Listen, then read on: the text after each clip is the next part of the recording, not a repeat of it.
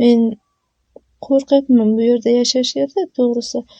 Oldinroq bir vizam tugaganidan keyin ketmoqchi edim.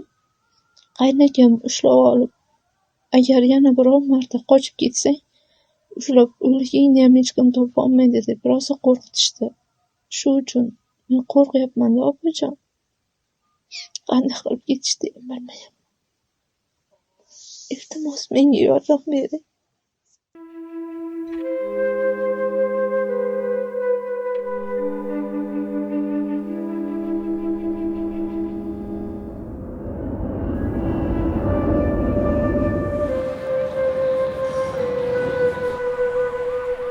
Özbekistan uyruklu genç kadın İstanbul Fatih'teki evinde cinayete kurban gitmişti. Ismim Nasiba, 98-yil tug'ilganman.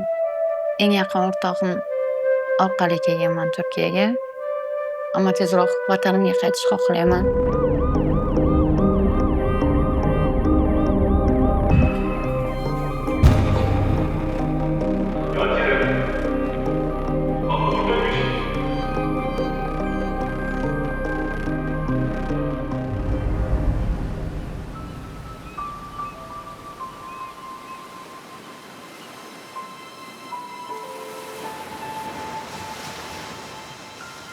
Va judayam xohlayman.